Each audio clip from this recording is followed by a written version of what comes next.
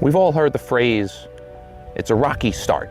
Now, what you're starting could vary. Could be starting a road trip, or could be starting a big project, but either way, don't judge the start. Because if you judge the start too much, you might not ever get to the conclusion. If you're too critical of the start, you might not even embrace the journey, arguably the most important part from beginning to the end goal. So I'm here to say, no start is rocky. It's just that, it's a start.